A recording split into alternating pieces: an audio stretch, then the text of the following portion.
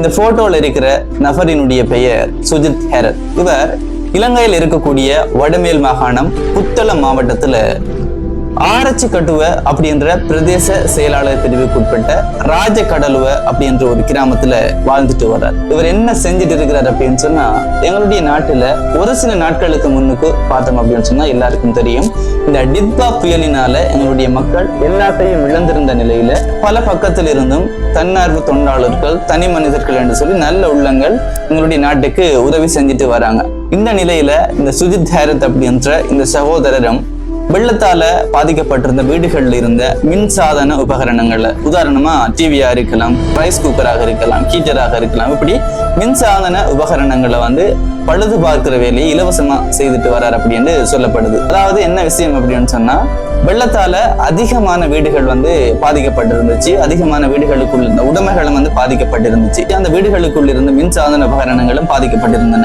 இந்த மின்சாதன உபகரணங்களை பழுது பார்க்கிற வேலையை இந்த சுஜித் ஹேரத் அப்படின்ற இந்த சகோதரர் இலவசமா மக்களுக்காக இந்த சேவையை செய்துட்டு வராராம். இந்த சேவையை இவர் செய்யறார் அப்படின்னு அறிஞ்ச மக்கள் இவர்கிட்ட ஏராளமான பொருட்களை கொண்டு அல்லது மின்சாதன உபகரணங்களை கொண்டு திருத்திட்டு போறாங்களாம் அப்படின்னு சொல்றாங்க. இவர் என்ன சொல்றாரு அப்படின்னு சொன்னா, இந்த வெள்ளத்துல நிறைய மக்களினுடைய உடைமைகள் எல்லாம் மொத்தமா வெள்ளத்துல போயிடுச்சு. அவர்களுக்கு நான் கற்றுக்கொண்ட அறிவை வச்சுக்கொண்டு ஏதாவது உதவி செய்யணும் அப்படின்னு நினைச்சேன். அதுக்காகத்தான் நான் இந்த ஒரு விஷயத்த நான் இலவசமா மக்களுக்காக செஞ்சுட்டு வரேன் அப்படின்னு சொல்லி இருக்கிறாரு இந்த சுஜித் ஹேரத். இந்த சுஜித் ஹேரத் அப்படின்ற இந்த சகோதரர் எங்க வேலை செய்யறாரு அப்படின்னு சொன்னா, மாரவில தொழிற்பயிற்சி நிலையத்துல ஆலோசகரா இருக்கிறார் அப்படின்றதும் ஒரு குறிப்பிடத்தக்க ஒரு விடயம் அப்படின்னு சொல்லலாம். இந்த நல்லுள்ளம் கொண்ட சுஜித் ஹேரத் சகோதரனுடைய சேவை பற்றின உங்களுடைய கருத்துக்களை கமெண்ட்ஸ்ல சொல்லுங்க. இன்னொரு வீடியோல சந்திப்போம்.